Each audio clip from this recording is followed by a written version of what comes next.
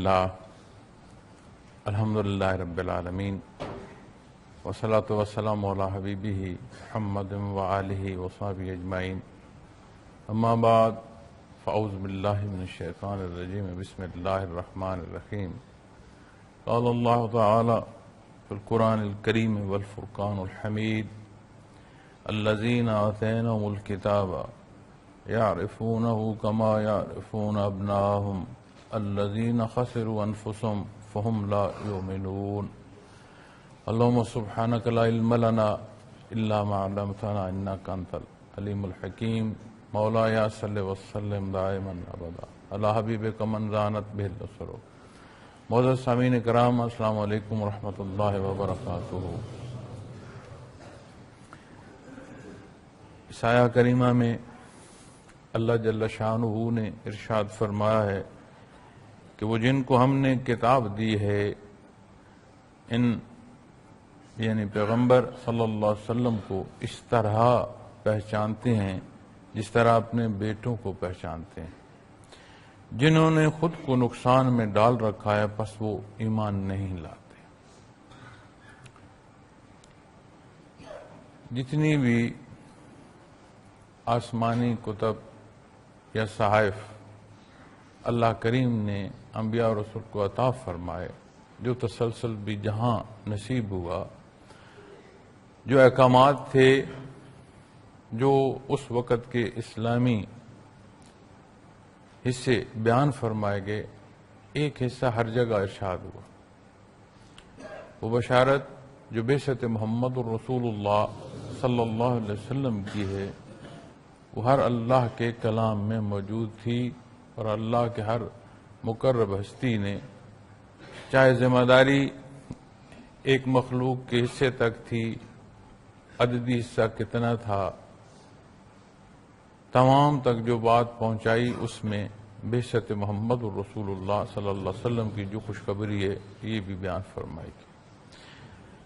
اور جو حصہ بیان فرمایا جاتا ہے وہ ماننے کے حصے میں آتا ہے. اب جب قرآن کریم کو کتاب ذات باری تعالیٰ، کلام ذات باری تعالیٰ مانا گیا، اس پر ایمان لایا گیا، تو پھر اس کا ایک ایک حصہ، ایک ایک جز ایمان کا حصہ بنتا چلا جاتا. تو یہ بات تب کی ہے جب یہود و نصارہ آپ صلی اللہ علیہ وسلم کی بعثت کا انکار کر رہے تھے.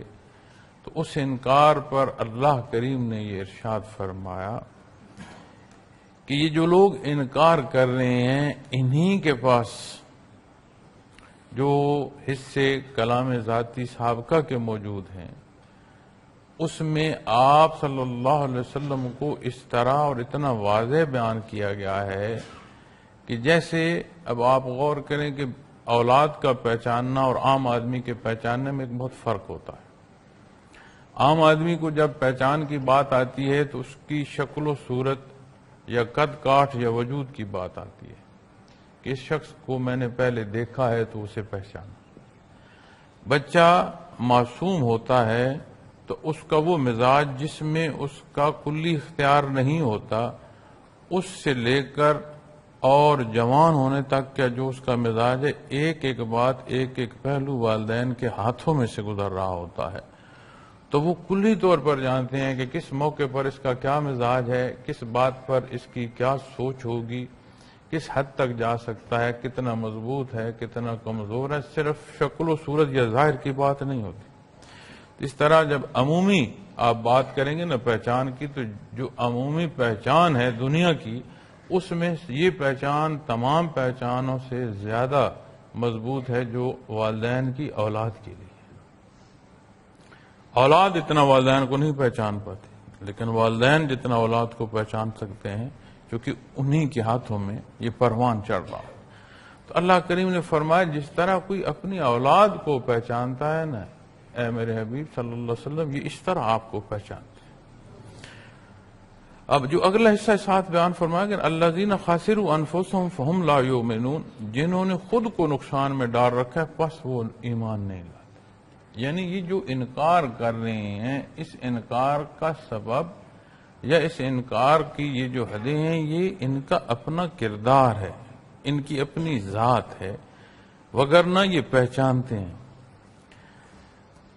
حضرت عمر فاروق رضی اللہ تعالی عنہ کے زمانے مبارک میں بیت المقدس آزاد کرایا گیا، تو اس وقت جب آپ رضی اللہ تعالیٰ عنہ کے حکم پر اسلامی افواج نے محاصرہ کیا، تو اس محاصرے میں قلعہ بند ہو گئی مخالف ہو، اور اس قلعہ بندی کو بھی وقت گزرنا شروع ہو گیا، تو آخر قلعہ بند جو تھے عیسائی، انہوں نے یہ فیصلہ کیا کہ ہم باہر نکل کر کھل کر ان سے لڑتے ہیں۔ اگر ہم اسی طرح محاصرے میں رہے تو آہستہ آہستہ خوراک ختم ہو جائے گی، بیماریاں اور تعفن پھیلنا شروع ہو جائے گا، تو بغیر لڑے یہ فتح نہ کر لیں، تو اس سے بہتر ہے کہ ایک دفعہ لڑ کے دیکھ لیا جائے۔ تو جو ان کے راہب تھے انہوں نے انہیں کہا کہ ہمارے پاس جو سابقہ کتب ہیں ان میں نشانی ہے، انجیل کے تحت، اس ارشادات کے تحت جو نشانیاں امیر المومنین کی بیان کی گئی ہیں وہ ہم جانتے ہیں، آپ انہیں دعوت دیں، جب وہ یہاں آئیں گے ہم انہیں دیکھ لیں گے، اگر تو وہ ان نشانیوں کے تحت ان کی شخصیت ہے، لڑنے کا فائدہ کوئی نہیں، محکوم ہو کر رہو یا میدان میں چلے جاؤ، شکست تمہارا مقدر ہے، انہیں کوئی نہیں ہرا سکو گے۔ اگر وہ نشانیاں نہ ہوئیں تو پھر نکل کر لڑیں گے، پھر ہم نہیں انہیں دیتے۔ تو یہی مراسلہ حضرت عمر فاروق رضی اللہ تعالیٰ عنہ کی خدمت میں بھیجا گیا کہ یہ شرط رکھی انہوں نے کہ اگر امیر المومنین آئیں تو ہم جو چابی ہے ان کے حوالے کریں گے۔ اب اگلی بات تو انہوں نے اپنے تک رکھی ہوئی تھی، تو جب یہ بات آپ رضی اللہ تعالیٰ عنہ تک آئی تو آپ نے سفر باندھا، ایک غلام، ایک سواری، معلوم دنیا کے 3 حصوں پر امیر المومنین ساتھ چل پڑے۔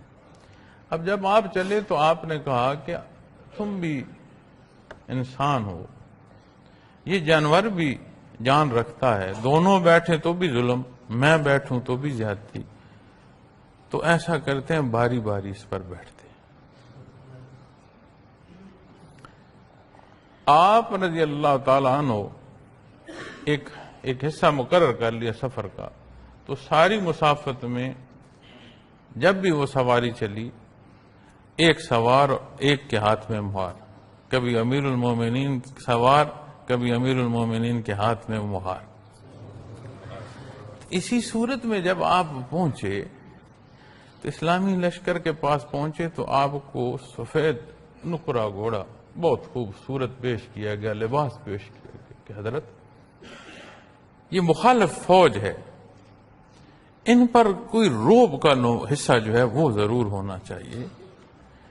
تو آپ جس طرح آئے ہیں، اب تھی راستے میں بارش بھی ہو گئی، اب بارش ہو گئی، ساتھ آپ خیال کریں اونٹ جب چلتا ہے اس بارش میں، آگے مہار والا کتنا دور ہوگا، پھر مہار والا خود بھی اسی بارش اور کیچڑ میں چلا، آپ کے کپڑے مبارک بھی کیچڑ لگا ہوا تھا۔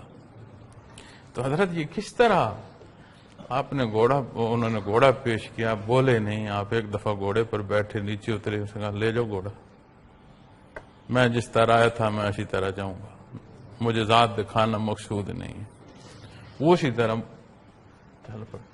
اب جو انہوں نے دیکھا غلام جو ہے، خادم جو ہے وہ سوار ہے، مہار جو ہے امیر المومنین کے ہاتھ میں ہے، ان کا یہی نشانیاں ہیں، دروازے کھول دو، ان سے نہیں لڑا جا سکتا۔ اب جنہیں خدام کی نشانیاں تک معلوم ہیں اور ان کی پہچان ہے کہ ان سے لڑے تو جان جائے گی، انہیں نبی کریم صلی اللہ علیہ وسلم کی پہچان نہیں۔ تو بنیادی حصہ تو بعثت محمد الرسول اللہ صلی اللہ علیہ وسلم کا بیان فرمایا گیا، تو جب وہاں وہ انکار کر رہے ہیں تو اس حد تک بیان فرمایا گیا کہ آپ کے خدام کی نشانیاں بھی ان کے پاس تھیں۔ تو اللہ کریم نے فرمایا، اے میرے حبیب، ان کا انکار ان کی اپنی انا اور ان کی ذات ہے، وگرنہ یہ تو اپنی اولاد کو جس طرح کوئی پہچانتا ہے اسی طرح یہ آپ صلی اللہ علیہ وسلم کو پہچانتے ہیں۔ اب یہ بات اس موقع کی، اس حصے کی ہے معزز سامعین کرام۔ جب بات پہچان کی آئے گی تو شان کو تو نہیں ہم پہنچ پائیں گے۔ احکامات کس کے لیے ہیں؟ میرے اور آپ کے لیے۔ یہ جو ہمیں اللہ کریم نے احسان فرمایا، مسلمان پیدا فرمایا وراثتاً بطور توارث مسلمان، نسلاً بعد نسل کتنے لوگ ہیں ہم، اور اس سارے میں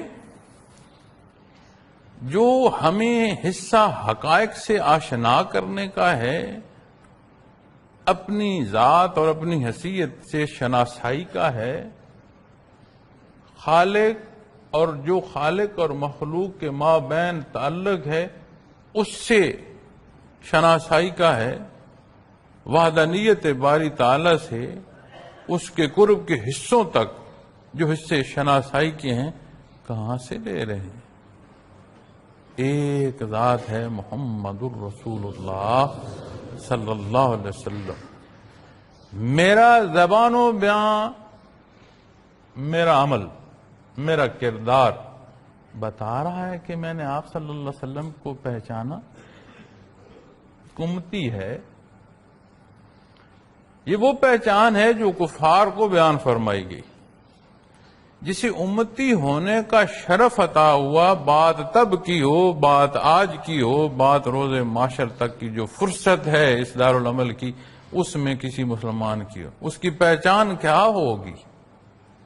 وہ کہے گا میں آپ صلی اللہ علیہ وسلم سے محبت کرتا ہوں، آپ سے عشق کرتا ہوں، تمام رشتوں سے، تمام ضروریات سے، تمام خواہشات سے آپ کا رشتہ، آپ کی محبت مقدم رکھتا ہوں، صبح سے شام تک ایک حکم نہ مان رہا ہو۔ تو کیا اس آیہ کریمہ کے تحت جب ہم دیکھیں گے الذین آتینہم الکتاب یعرفونہ کما یعرفون ابناءہم، ہم کہاں کھڑے ہوں گے؟ کہ اللہ کریم انہیں مخاطب کر رہے ہیں جو مشرک ہیں، جو شرک میں مبتلا ہو گئے، انہیں حق عطا فرمایا، کلام عطا فرمایا، اپنے محبوب ہستیاں مبعوث فرمائیں، انہیں بھی زندگی کی صبح و شام جو ہے اس کے حصے تعلیم فرمائے گئے، ان کی ضروریات جو ہیں انہیں بھی اعلیٰ طور پر جو تکمیل کے ذرائع ہیں ان کے پہلوؤں سے آشنا فرمایا گیا۔ پھر انہوں نے اس میں ملاوٹیں اتنی کی کہ نہ ان کے بعد تحریری طور پر کوئی چیز حصہ جو ہے وہ مستحکم رہا، اور نہ ان کے پاس کوئی وراثتی صدری علوم کے تحت کوئی سلامتی رہی۔ اس ساری آمیزش جس نے پورے دین کا حلیہ جو ہے اسے بگاڑ دیا، اس ساری آمیزش کے باوجود اتنے واضح نشانیاں تھیں کہ نبی کریم صلی اللہ علیہ وسلم کی جو پہچان ہے وہ صدری علوم ہوں، وہ کتب ہوں، وہ ساری اتنی سلامت تھی کہ اپنی اولاد سے زیادہ آپ صلی اللہ علیہ وسلم کو پہچان سکتے تھے۔ تو ہم تو آپ صلی اللہ علیہ وسلم کے امتی ہیں۔ ہماری ابتدا وحدانیت باری تعالی سے ہے اور وہاں تک پہنچ در اقدس صلی اللہ علیہ وسلم سے ہے۔ ہم نے کس درجے کو پہچانا آپ کو؟ اس میں دعوے نہیں کام آئیں گے، انداز بیان کام نہیں آئیں گے، ظاہر میں حلیہ تب تک کام وہ بھی نہیں آئے گا جب تک نہاں خانہ دل اس کا ساتھ نہ دے۔ اور جس حلیے کا نہاں خانہ دل ساتھ دے رہا ہو وہ پھر کیسا ہوگا؟ جب یہ ساری بحث یہاں پر لاؤ گے تو پھر سمجھ آئے گی کہ اخلاق کریمہ ام المومنین حضرت عائشہ صدیقہ رضی اللہ تعالی عنہا کو سوال عرض کیا گیا کہ اخلاق کریمہ صلی اللہ علیہ وسلم پر روشنی ڈالی۔ آپ نے بڑا سادہ، بڑا جامع ایک مختصر فقرہ جواب دیا، کانا خلق القرآن، کہ اخلاق کریمہ جو ہیں وہ سارا وہی ہیں جو کلام ذاتی میں بیان ہے۔ لَقَدْ كَانَ لَكُمْ فِي رَسُولِ اللَّهِ أُسْوَةٌ حَسَنَةٌ، یہ ہمیں اللہ رب العالمین ارشاد فرما رہے۔ اس آیہ کے مخاطبین کون ہیں؟ کلی طور پر دعوت جو ہے وہ سب کو ہے کہ بے شک تمہارے لیے بہترین نمونہ حیات اسوہ حسنہ صلی اللہ علیہ وسلم میں ہے۔ یہ کلی طور پر دعوت ہے۔ مانے گا کون؟ جسے آخرت اور اللہ کے روبرو ہونے کا، روز قیامت کو پہنچنے کا، اس کے روبرو حاضر ہونے کا یقین ہوگا۔ تو جب یہ اس آیت کے حصے پر آئیں گے تو کیا بات آئے گی کہ پھر عقائد کی بات آ جائے گی، ایمانیات کی بات آئے گی۔ لَقَدْ كَانَ لَكُمْ فِي رَسُولِ اللَّهِ أُسْوَةٌ حَسَنَةٌ لِمَنْ كَانَ يَرْجُو اللَّهَ وَالْيَوْمَ الْآخِرَ۔ اب یہ بات کون سمجھے گا؟ پھر بات ایمان کی آ گئی۔ اب جب قیامت کی بات آ رہی ہے، اللہ کے روبرو ہونے کی بات آ رہی ہے، تو قیامت سے مراد تمام احکامات جن پر عمل کا حکم دیا گیا تھا، ان تمام حصوں کا حساب۔ تو حساب کس کا ہوگا؟ جو کچھ بتایا گیا تھا۔ جب بتایا کیا گیا تھا، پھر بات عقائد سے لے کر عبادات اور معاملات تک ہر حصے پہ چلی جائے گی۔ اس حکم کو صادر جب آپ دیکھیں گے تو پھر یہ زندگی کے ہر پہلو پر صادر نظر آئے گا واپس۔ تو جب اللہ رب العالمین کے روبرو تو بات ذات باری تعالیٰ کی آئے گی، تو پورا مقصد حیات جو ہے اس ایک حصے کے تحت آ جائے گا۔ تو بات جب پہچان کی آئے گی تو کانا خلقہ القرآن، بات جب قدم اٹھانے کی آئے گی تو لقد کان لکم فی رسول اللہ اسوۃ حسنہ۔ جب ہم یہاں اس بات پر پہنچتے ہیں تو کون ہے جو یہ کہے کہ بنیادی عقائد کو میں نہیں جانتا، عبادات اور عبادات کے احکام اور حصے، چاہے فرائض ہیں، سنت ہے، کس درجے کے ہیں، کون کہ میں نہیں جانتا؟ معاملات میں غلط اور صحیح، حلال اور حرام، عمومی طور پر کون کہتا ہے کہ میں نہیں جانتا؟ نبی کریم صلی اللہ علیہ وسلم نے حجۃ الوداع کے موقع پر جب تمام صحابہ سے یہ گواہی لی کہ دین کے پہنچنے کی، تو پھر آپ صلی اللہ علیہ وسلم نے شہادت کی انگلی آسمانوں کو اٹھائی، عرش کو اٹھائی اور اللہ کو گواہ رکھا۔ آپ نے حق پہنچانا جو ہے اس کا حق ادا کر دیا۔ کوئی نہیں کہہ سکتا کہ میں نہیں جانتا۔ اب عمومی طور پر یہ کہنا محال ہے، تو جو مان رہے ہیں، جس کے کان میں اذان سے اس کی زندگی کے معاملات کی ابتدا ہوئی، انتہا جماعت سے ہے، ابتدا اذان سے ہے، وہ کیسے کہے گا کہ نہیں؟ اس کہنے کے ساتھ اور اس ماننے کے ساتھ جو ہمارے معاشرے ہیں، یہ اس کہنے اور ماننے والوں کے ہوتے ہیں جو آج ہمارے معاشرے ہیں۔ وجہ، سبب، ماننا اور اس ماننے کا جاننے کی حیثیت تک رہنا، اور اس ماننے کا جاننے سے یقین کے حصوں کو پہنچنا، یہ ایک شے نہیں ہے، دو چیزیں۔ اگر اپنے ہاتھ سے اپنے پیارے کو لحد میں اتارتے ہوئے اپنا لحد میں اترنا نظر نہ آئے تو وہ ماننا کیا ماننا ہے، وہ جاننا کیا جاننا ہے؟ تو سمجھ آتی ہے کہ اسی طرح جو عشق مصطفیٰ صلی اللہ علیہ وسلم کا دعویٰ، یہ تو ہمارا دعویٰ ہے نا، کمزور دعویٰ ہے، کامل ایمان نہیں ہو سکتا اللہ کے بعد جب آپ صلی اللہ علیہ وسلم کی ذات ہر پہلو میں مقدم نہ ہو. ذات، ماں باپ، عزیز و اقارب، ضروریات، کوئی شے جس کی بھی کوئی حیثیت ہے وہ ثانوی ہے.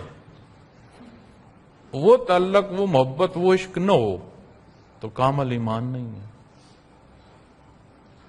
ہمارا عشق کا دعویٰ بھی ہے، سیرت پاک کی محافل بھی ہیں، نعتیہ کلام جو ہے اسے بھی پیش کیا جا رہا ہے، جگہ جگہ کیا جا رہا ہے. ہمارا جو کردار ہے وہ معاشرے میں ایسا کیوں ہے کہ اس حکم کے تحت معاشرے کی شکل نہیں ہے؟ کیونکہ معاشرہ جو ہے یہ ایک انسانی آبادی کا جو عکاسی ہے، ایک اس کا جو نمونہ ہے، اس کردار کا جو محاصل ہے، وہ عمومی طور پر نظر آ رہا ہوتا ہے معاشرتی زندگی میں. مسلمان آبادیاں، اللہ اور اس کے حبیب کو ماننے والے لوگ، دعوی عشق مصطفیٰ صلی اللہ علیہ وسلم بلند کرنے والے لوگ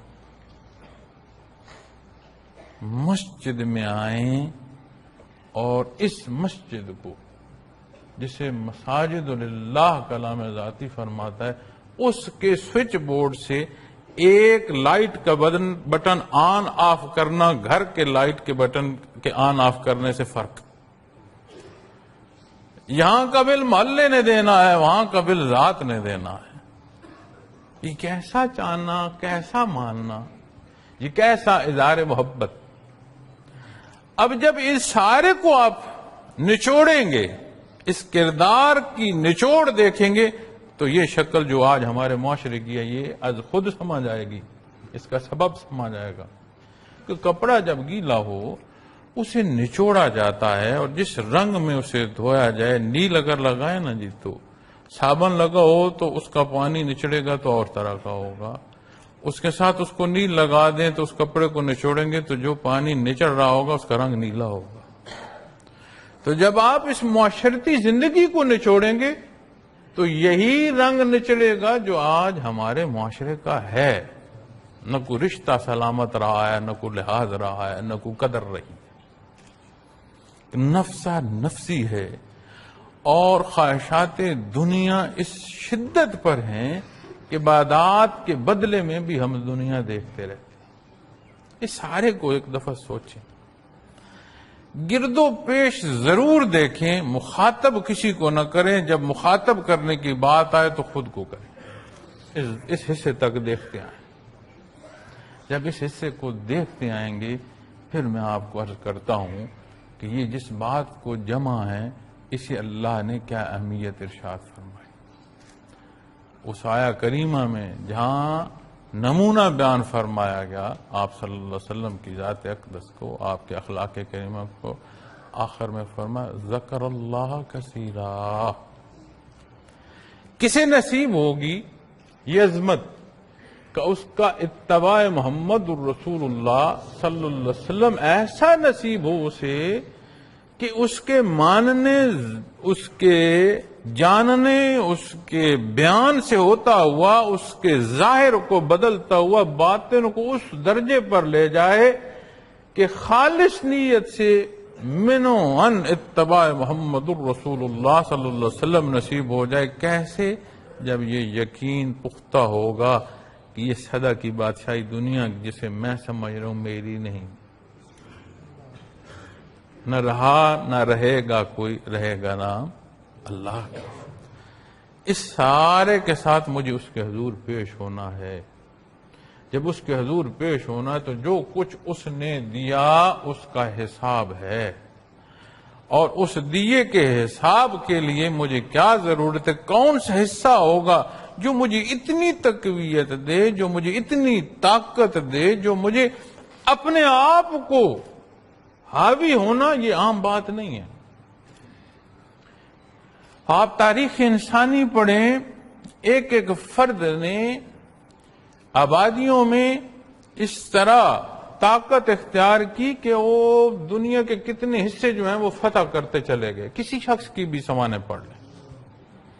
یہاں جہاں ہم رہتے ہیں، یہیں جو مغلیہ خاندان جس کی آخری بادشاہی یہاں گزری ہے، انہیں دیکھ لیں کہ بابر کیسے فاتح ہوا، بابر کی حیثیت پہلے کیا تھی. ایک بندہ اٹھا اور وہ سنے بر صغیر پر، جس میں آج کتنی ریاستیں ہیں، افغانستان ہے، پاکستان ہے، اوپر نیپال ہے، انڈیا سے نیچے آپ بنگلہ دیش جائیں، سری لنکا تک، یہ کتنے حصے بنتے ہیں، کتنا ایریا ہے. ایک جگہ سے بندہ اٹھا اور سارے کو فتح کرتا چلا. یہ بڑا مشکل ہے. اس کی زندگی کا اکثر حصہ جو ہے وہ گھوڑے کی پیٹھ پر گزرا. اس سے پھر بھی آسان ہے کہ بندہ خود کو فتح کر لے، اپنی ذات سے نکل آئے. یہ اس سے بھی مشکل ہے. یہ ذات سے نہ نکلنا ہے نا کہ کلام ذاتی، اللہ کریم کا ذاتی کلام ہمارے پاس لبھائے محمد الرسول اللہ صلی اللہ علیہ وسلم سے ہمیں نصیب ہو. حیات مبارکہ کا ایک ایک حصہ، ایمانیات کے حصے تو ہمارے لیے حکم تھے. جو دانہ آپ نے نوش فرمایا اس کی تفصیل ہم تک موجود. پھر ہمارا دعویٰ جو ہے وہ ہمارے عمل جو ہیں اس کی گواہی نہ دیں. تو یہ بات جس بات پر جمع ہے، جس حصے کے ماننے کو روز محشر جو پیش ہونا جو یقین کا دے رہے، وَذَكَرَ اللَّهَ كَثِيرًا، اس اللہ کو اتنا یاد کرو، اتنی کثرت سے یاد کرو کہ اور سب کچھ میں ہو جائے، رہ جائے نام اللہ کا. آپ سے میں گزارشات پیش کر رہا ہوں. میری خواہش ہے کہ میں محبت اور لحاظ میں بھی رہوں اور حقائق پر بھی بات کروں. اس بات کرنے میں شفقت بھی ہو، لحاظ بھی ہو، محبت بھی ہو. آپ کے چہرے مجھے بتا رہے ہیں کہ اسے آپ محسوس کر رہے ہیں. اللہ نہ کرے کہ میرے الفاظ تلخ ہوں، اس میں کمی بیشی ہو. اس ساری محفل میں اس طرح کے چہرے ساتھ نہیں ہوں گے. ان چہروں کے جو ہیں تاثرات وہ بدل جائیں. وجہ دونوں صورتوں میں میں ہاتھ نہیں لگا رہا، نہ کوئی چیز اٹھا کر مار رہا ہوں. کیا ہے؟ انداز تکلم تخاطب جو پیش آ رہا ہوں وہ انداز ہے. محبت سے، لحاظ سے بات کر رہا ہوں. اللہ اور اس کے حبیب صلی اللہ علیہ وسلم کی بات کر رہا ہوں. ہمارے رشتے میں بھی محبت بڑھ رہی ہے. یہ روبرو بیٹھنا بھی ایک اظہار محبت میں بدلتا جا رہا ہے. کیا ہے؟ الفاظ کے ساتھ جو کیفیت ہے وہ آپ پر جا رہی ہے. تلخی ہوگی، بات تلخ ہوگی، الفاظ تلخ ہوں گے، رویہ سخت ہوگا. تو جو چہرے پر اضطراب پیدا ہوگا اس لیے نہیں کہ میں نے کوئی چیز اٹھا کر مار دی. اس رویے اور ان الفاظ کے ساتھ جو کیفیت ہوگی وہ وارد ہوگی. میرے اور آپ کے الفاظ عام انسان مخلوق ہیں کیا؟ یہی سمجھ آ جائے کہ میں ہوں کچھ نہیں تو بات سمجھ آتی ہے. اگر جو کچھ نہیں ہے اس کے الفاظ کیفیات لے کر جاتے ہیں، اور جب نام لوگے اللہ کا تو پھر کیفیات کیا؟ اس لیے اللہ کا اختیار کرنا، اس مبارک نام کا ذکر میں اختیار ہونا اور کثرت تک اختیار ہوتا چلا جانا اس قابل کر دیتا ہے کہ روز روشن سے زائدہ واضح نظر آتا ہے کہ قیامت کے اللہ کے حضور پیش ہونا ہے. جب وہ دیکھتا ہے، جب سالک دیکھتا ہے نا قیامت کا قائم ہونا اور اللہ کے روبرو ہونا. اب یہ بات تعلق کی ہے، یہ بات محبت کی ہے. ورنہ ہیبت دوزخ کی بھی بیان کی گئی ہے، انعامات جنت کی بھی ارشاد ہوئے. بات محبت اور تعلق کی ہے. جب بندگی کی کیفیت نصیب ہوتی ہے تو وہ جنت و دوزخ سے بالا ہو جاتا ہے اس کی سوچ. اپنے اللہ کے حکم کو ماننا، اپنی کمزوریوں پر شرمندگی کا محسوس ہونا، یہ رشتہ ہی اور طرح کا ہوتا چلا جاتا ہے. اس حصے کو جب بندہ آج دیکھ رہا ہے دارالعمل میں، تو پھر وہ کیا سوچے گا، وہ کیا کرے گا؟ وہ کہنا سننے کی بات نہیں ہے، وہ ایک ایک عمل کو، ایک ایک سوچ کو ٹٹولنا شروع کر دے گا. کہاں کہاں میں تجاوز کر رہا ہوں، کہاں کہاں میں نے غلطی کر دی ہے، کہاں غلطی کا اندیشہ ہے. اسے فرصت ہی نہیں ملے گی کہ بام دست و وغیرہ بام معاشرے میں کسی اور سے ہوں، تو اپنے اندر سے نہیں نکل پائے گا. تو یہ وہ کیفیت ایمان کی ہے، پیشی سے پہلے پیشی کے حالات میں سے گزار دے گی کہ عمل وہ ہو جائے گا جو نبی کریم صلی اللہ علیہ وسلم نے ارشاد فرمایا. پھر سمجھ آئے گی کہ کان خلقہ القرآن، اس کی شرح کیا ہے. تو جب بات ذکر کی آئی ہے، اکثر یہ عرض کرتا ہوں، اپنے ذکر کا پوری محنت، پوری شوق اور تواتر کے ساتھ اختیار کرنا، معاذ اللہ کی رضا کو مقصود رکھنا. مشاہدات ہوں، انکشافات ہوں، ضروریات ہوں، خواہشات ہوں. لیکن بات مشاہدات سے میں نے کی کہ اب ذکر کر رہا ہے، اس کے کوئی مشاہدات آ گئے، اس کی منازل سلوک کی بات آ جائے، وہاں سے بات کر رہا ہوں. ساتھ دوسرا حصہ میں لا رہا ہوں خواہشات، دنیا کے حصوں کا، ضروریات، وہاں سے یہاں تک آ جائیں. مقصود ذات باری سے باہر آئیں گے تو مقصد سے ہٹتے چلے جائیں گے.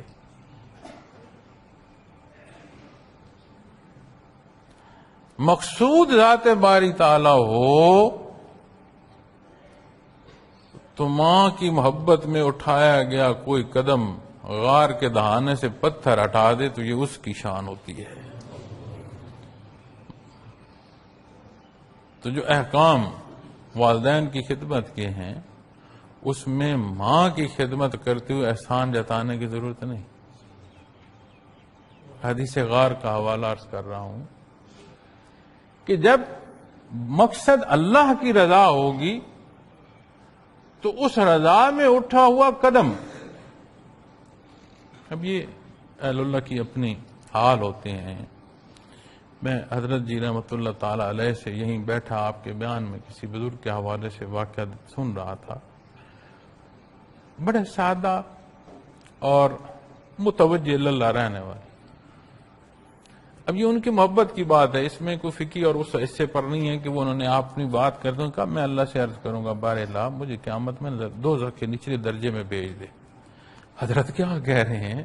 دوزخ میں تو وہ بے ایمان جائے گا، وہ رگار جائے گا، مشرک کافر جائے گا، آپ کیا کہہ رہے ہیں؟ کہ نہیں، میں اس کے نچلے درجے پر جا کر ایک دفعہ بولوں گا اللہ، دوزخ کے پرخچے اڑ جائیں گے، مخلوق بچ جائے گی. اب اس بھولپن میں ایک بات کا یقین ہے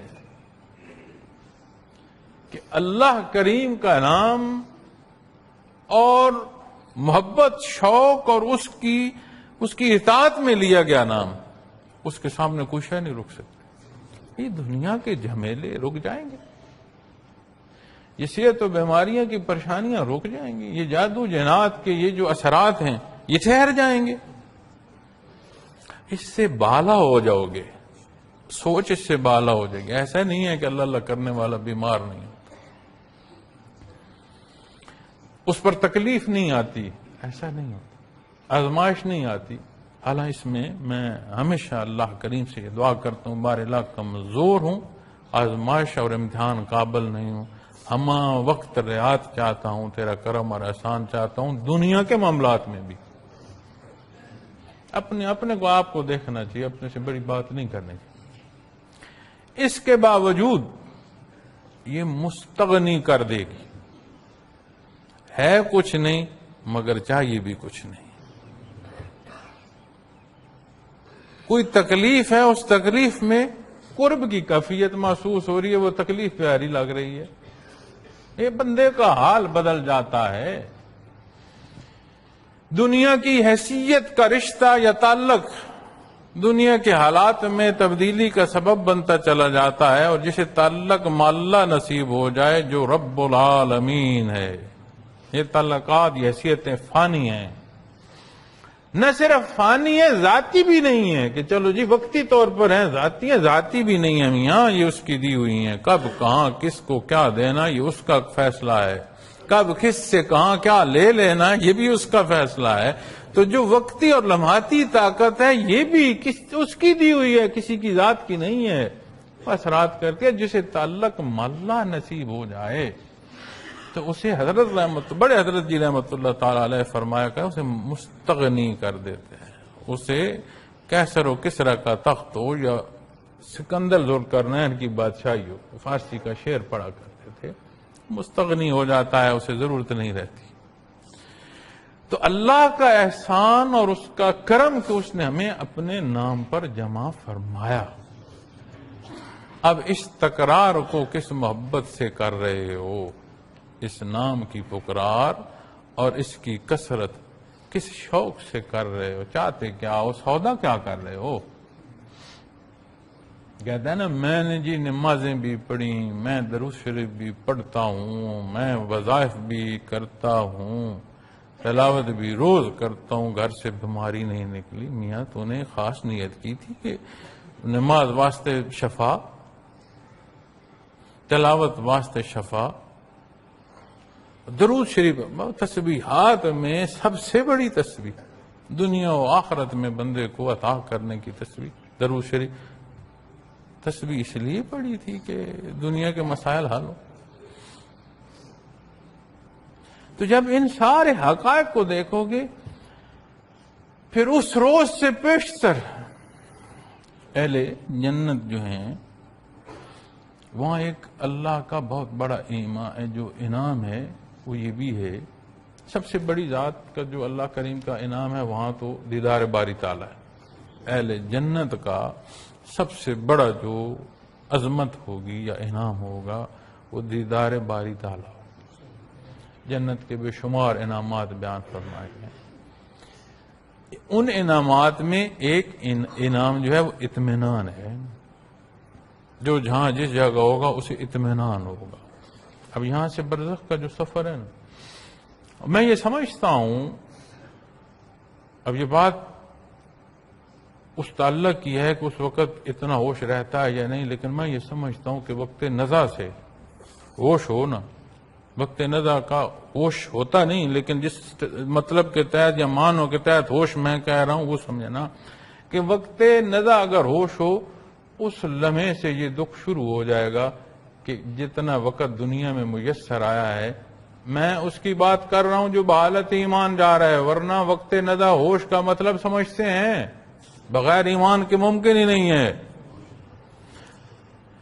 تو اس وقت تکلیف شروع ہو جائے گی جو دنیا کا وقت میں نے ضائع کیا، میں نے زیادتی کی، جو سانسیں اللہ کی یاد میں نہ گزری میں نے ضائع کی، میں نے ظلم کیا، یہ چلتا چلا جائے گا۔ یہ بات میں یہ سمجھتا ہوں یہ بات قیامت کے میدان میں بھی چلتی چلی جائے گی۔ جنت کے انعامات کیا ہیں کہ وہاں اطمینان ہوگا،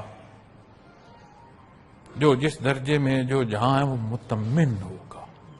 جنت کے انعامات میں سے ایک انعام یہ بھی ہے جہاں جس درجے پر ہے مطمئن ہوگا۔ ایسا نہیں ہے جیسے ہم یہاں دیکھتے ہیں کہ میرے پاس موٹر سائیکل ہے اس کے پاس کار کیوں ہے، میرے پاس کار ہے اس کے پاس کوٹھی کیوں، وہاں یہ بحث نہیں، مطمئن ہوگا۔ ایک بات وہاں بھی کھٹکتی رہے گی، جو سانسیں اللہ کی یاد میں نہ گزریں یہ نہ گزرتی، تو جہاں ہم کلام ہیں یہ وہ فرصت ہے، یہ وہ سانسیں ہیں جنہیں اللہ کے نام سے مزین کرنے کی ضرورت ہے اور آج ہے، اور اس کا کرم اور اس کا احسان اس نے اسی پر اپنے گھر میں اپنی ہستیوں کے قدموں میں ہمیں جمع ہونے کی توفیق عطا فرمائی۔ اس کا شکرانہ کیا ہے؟ ایسے لمحہ لمحہ موقع بے موقع شب و روز اپنا آپ کھٹکاتا رہے بندہ، میں نام اللہ کا لے رہا ہوں نہیں لے رہا ہوں، بھول تو نہیں گیا، رہ تو نہیں گیا، کم تو نہیں ہو گیا۔ تو جب اللہ اللہ اختیار کرو گے تو یہ جس تپش کو دیکھ کر عبادات ہماری رہ جاتی ہیں۔ حجاج بن یوسف کا جو وقت ہے، اس وقت میں حضرت امام مالک رحمۃ اللہ تعالی علیہ کے اقوال میں غالباً ملتا ہے کہ ایک ریئیکشن کہ تلوار کے ساتھ اسے ہٹایا جائے، بادشاہ تو اسے ہٹا نہیں رہا، امیر تو اسے ہٹا نہیں رہا، تو یہ بڑا ظلم۔ انہوں نے فرمایا تھا عذاب الہی تلواروں سے نہیں ہٹتے، توبہ سے ہٹتے ہیں۔ اس زمانے کی بات کر رہا ہوں، خیر القرون کے کتنے قریب، آج ہم کتنی صدیاں دور۔ آج کا آج کی یہ جو تپش ہے،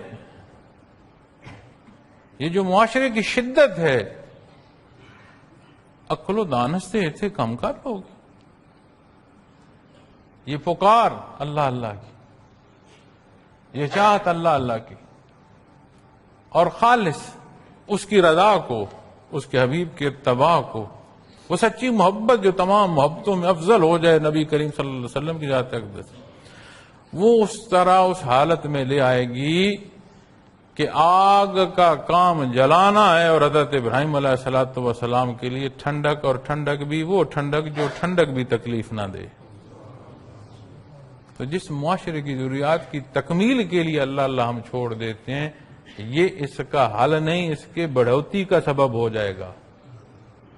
پھر دنیا کو، وقت کو، معاشرے کو، ضروریات کو دیکھ کر جینا اور دعویٰ امت محمد رسول اللہ صلی اللہ علیہ وسلم کے فرد کا ہونا، پھر یہ جینا پھر کیا جینا ہے؟ وہاں جینا تو وہ جینا ہے جس حیات کے تسلسل کو موت بھی نہ کچھ کہہ سکے۔ حضرت رحمت اللہ تعالی علیہ کے آخری بیانات میں آپ فرما رہے تھے نا کہ یہ وہ تعلق ہے، وہ حیات ہے جس کے تسلسل کو موت نہیں روک سکتی۔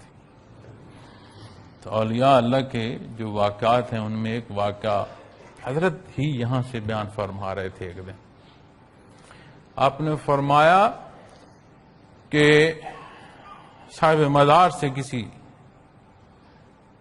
بزرگ نے عرض کی کہ حضرت، اور عرض کرنے والے حیات دنیا میں صاحب مزار جو ہیں صاحب مزار تو اللہ معالی برزخ کی بات ہے، کہ حضرت وقت نزع کیسا تھا، دنیا سے برزخ میں جو منتقل ہونا وہ کیسا تھا۔ تو انہوں نے عرض کی، فقہی مسئلہ دیکھ رہا تھا، سمجھ نہیں آ رہی تھی، اس بحث کو دیکھ رہا تھا، دھیان ادھر تھا، جب سمجھ آئی تو ایسے سر اٹھایا تو مجھے سمجھ آئی میں تو برزخ میں ہوں۔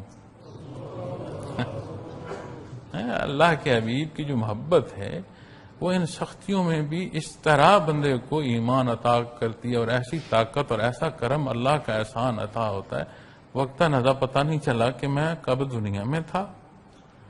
وہ جو پڑھ رہے تھے، وہ جو سمجھ رہے تھے، اس کے تسلسل میں بھی انقطاع نہیں آیا۔ اسی دھیان فرماتے ہیں جب میں نے سر اٹھایا تو میں تو برزخ میں تھا، کب موت واقع کوئی پتہ نہیں چلا۔ تو اس سارے کے لیے یہ لمحات ہیں فرصت کی۔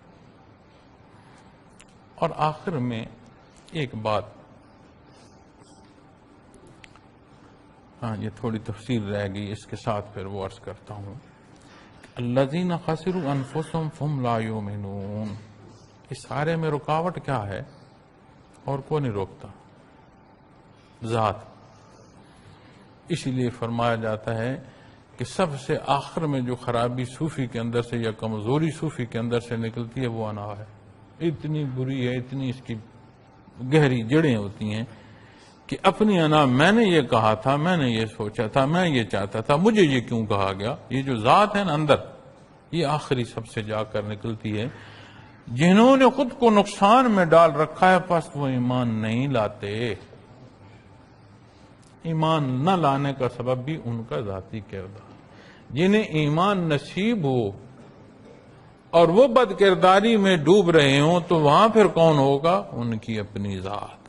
ایسا نہیں ہے کہ اللہ نے بدبختی دی، اللہ نے تو مطلق انسان جو ہے، مطلق انسان، اس کے اندر قرب کی جو کیفیت ہے وہ اس کے نہاں خانے میں رکھی ہے، تخلیقی طور پر رکھی ہے، اسے ضائع کرتا ہے، اسے نکھارتا ہے، اس کی مرضی۔ پابندی نہیں ہے، پابندی ہوتی تو دارالابتلاء نہ کہلاتی دنیا۔ اس سارے حقائق کی پھر ضرورت نہ تھی اگر یہیں وہ مکی زندگی میں کہتے تھے نا کفار کہ فرشتے ہم کیوں نہیں دیکھ رہے، آپ کے ساتھ فرشتے کیوں نہیں آئے، ہم پر فرشتے کیوں نازل نہیں ہو رہے، تو اللہ کریم اس کے جواب میں فرماتے ہیں کہ اگر فرشتے نازل ہو جاتے تو پھر بات ہی ختم ہو جاتی، پھر تمہیں فرصت نہ رہتی۔ تو یہ سارا کچھ جو کچھ عطا فرمایا ہے ذات میں اور جو کچھ شہادتیں دی ہیں ایمان کے حصوں کے تحت، اس سارے کو دیکھ کر اس کا پہچاننا، اس کی ذات کا ماننا، اس کے حبیب صلی اللہ علیہ وسلم کے ایک ایک حکم پر جان نچھاور کرتے جانا، یہی امتحان ہے اور یہی سوال ہوگا۔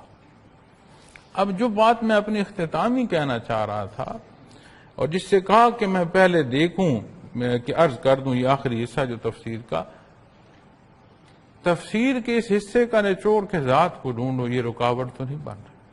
اور جو تقریر کا آخری حصہ ہے، میں نہیں سمجھتا کہ کوئی خالص اللہ کے حضور ارزاں ہو اور اس کا ہاتھ خالی جائے۔ ہمارے مانگنے، ہمارے چاہنے میں فرق آتا ہے۔ اللہ اللہ کا اختیار کرنا، اس میں محنت کرنا، اس کے لیے آنا جانا، اس سارے کے باوجود کمی ہے تو کمی پھر ہماری طرف ہے۔ خالص ہو کر اپنے اللہ سے کمی بیشی کی معافی مانگتے ہوئے اس سے اس کا تعلق مانگیں، ہو نہیں سکتا۔ حدیث شریف کی روشنی میں ملتا ہے کہ اللہ کریم فرماتے ہیں وہ اتنے غیور ہیں کہ میرے حضور جب کوئی میرا بندہ ہاتھ اٹھائے تو اس کی شان ہے اسے دینا، تو سبب بھی بن جاتے ہیں، ہدایت بھی نصیب ہوتی ہے، استقامت بھی نصیب ہوتی ہے، حفاظت بھی نصیب ہوتی ہے۔ تو اللہ کریم ہماری کمی بیشی معاف فرمائے، ہمیں خالص سچی صادق طلب عطا فرمائے کہ ہمارے لمحہ لمحہ زندگی کی اس کی یاد سے مزین ہو، ہمارا لمحہ لمحہ عشق مصطفیٰ سے ایسا روشن ہو۔ حضرت جی نے شعر پڑھا نا آخری تقاریر میں، فجا محمد سراجا منیرا فصلوا علیہ کثیرا کثیرا، سانسیں ایسی مزین ہوں نہ پتہ چلے کب ملک الموت آیا ہے اور کب چلا گیا ہے، یہ تسلسل یہاں سے نصیب ہو، اور یہ اس یقین کے ساتھ کہ یہ سارا کچھ ہوگا اللہ کے حضور روز معاشر پیش۔ اللہ کریم میرے اور آپ کے حال پر رحم فرمائے، ہمیں آسانیاں فرمائے، اپنی اللہ اللہ اپنے لطائف اپنے مرقابات محنت فرمائیں، مضبوط اور راسخ کرنے کا یہ وقت ہے، کوئی کمی نہیں اللہ نے دی آپ کو، اللہ نے ہمیں ایسے مشائخ عطا فرمائے، آؤ کہاں تک جاتے ہو، یہ اللہ کا احسان ہے۔ اللہ کریم ہمارے حال پر رحم فرمائے رکھے، دنیا اور معاملات میں بھی آسانیاں فرمائے، وصدقنا رسول کریم۔ الحمدللہ رب العالمین، والصلاة والسلام علی حبیبہ محمد وآلہ وصحبہ اجمعین۔ اللہم صلی علی محمد النبی الامی وآلہ وصحبہ وبارک وسلم۔ ربنا آتنا فی الدنیا حسنة وفی الآخرة حسنة وقنا عذاب النار، رب اجعلنی مقیم الصلاة من ذریتی، ربنا وتقبل دعاء، ربنا اغفر ولوالدی وللمؤمنین یوم یقوم الحساب، ربنا لا تزغ قلوبنا بعد إذ هديتنا وهب لنا من لدنك إنك الحمد لله الذي هدانا لهذا وما ہدانا اللہ۔ یا رب العالمین، ہم کمزور خطا کار، ہمارے حال پر رحم۔ یا اللہ تیرے نام پر جمع ہے، اس جمع ہونے کی کمی بیشی جو ہماری طرف ہے ہمیں معاف فرما۔ یا اللہ اس میں صدق عطا فرما۔ یا اللہ ہمیں خالص چاہنا عطا فرما، ہم پر اپنا رحم فرما، اپنے صدقے، اپنے حبیب صلی اللہ علیہ وسلم کے صدقے۔ یا اللہ تو غفور الرحیم ہے، مشائخ اعظام کی پر رحمت نازل فرما، آپ کے درجات بلند فرما۔ یا اللہ تو نے ہمیں ان ہستیوں تک پہنچنے کا سبب بنایا، بار الہ اپنے وقت، اپنے لمحات، اپنی سانسیں خالص اپنی رضا کو بسر کرنے کی توفیق عطا فرما۔ یا اللہ تو غفور الرحیم ہے، ہم کمزور، خطا کار، گناہگار، ہمیں معاف فرما۔ یا اللہ ہماری حفاظت فرما، ہمارے والدین کی حفاظت فرما، ہماری اولادوں کی حفاظت فرما۔ یا اللہ تو غفور الرحیم ہے، تو نے یہ وطن عزیز ہمیں عطا فرمایا، اس کی حفاظت۔ یا اللہ ہم نالائق بھی ہیں، ہم کمزور۔ یا اللہ ہمیں یہاں منصف عطا فرما، خالص اور اپنے بندے عطا فرما۔ امت مسلمہ بار راہ پوری دنیا میں ذلیل ہے، بے شک ہمارا کردار ہے، بار اللہ تو ہمیں معاف فرما۔ تو غفور الرحیم ہے بار اللہ، اس سارے معاملے بار اللہ جو ہم میں سے ہر ایک کا اپنا کردار ہے اسے بہتر ادا کرنے کی توفیق عطا فرما۔ یا اللہ ہمارے ملک کی حفاظت فرما، اس کی تعمیر میں ہمیں اپنا کردار ادا کرنے کی توفیق عطا فرما۔ یا اللہ ہمارے بڑے پیارے جو دار دنیا سے گزر چکے ہیں ان کے حال پر رحم، ان کے درجات پر۔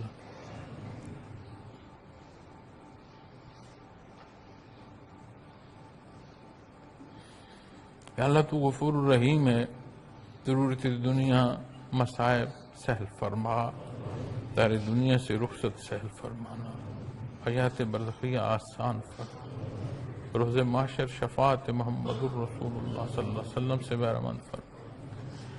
رب یسر ولا تعسر وتمم بالخیر وتمم بالخیر اللهم صل على محمد النبي الأمي وآله وصحبه وبارك صلى الله تعالى على خير خلقه وآله وسلم۔